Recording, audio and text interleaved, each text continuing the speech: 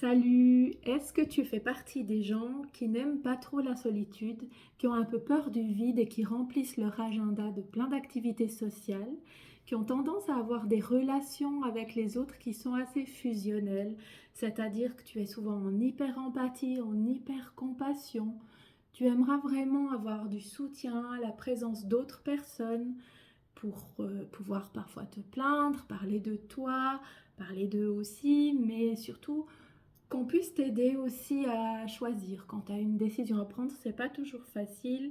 Tu vas volontiers demander aux autres leur avis pour te sentir entouré et soutenu.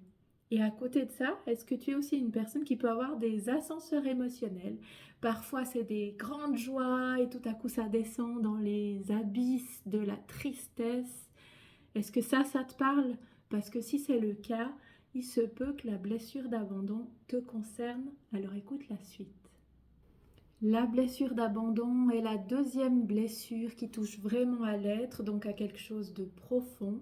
C'est une blessure qui apparaît avant l'âge de 2 ans et qui se produit avec le parent du sexe opposé. Donc si tu es une femme avec ton papa, si tu es un homme avec ta maman. L'enfant de moins de 2 ans que tu as été a souffert du manque affectif de son parent de sexe opposé et tu as souffert de cela et souvent c'est de la tristesse que tu ressens et que tu as ressenti.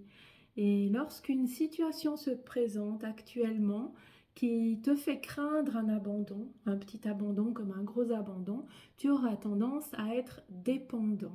C'est en fait ton ego qui met en place ce masque pour t'éviter de souffrir à nouveau d'un abandon.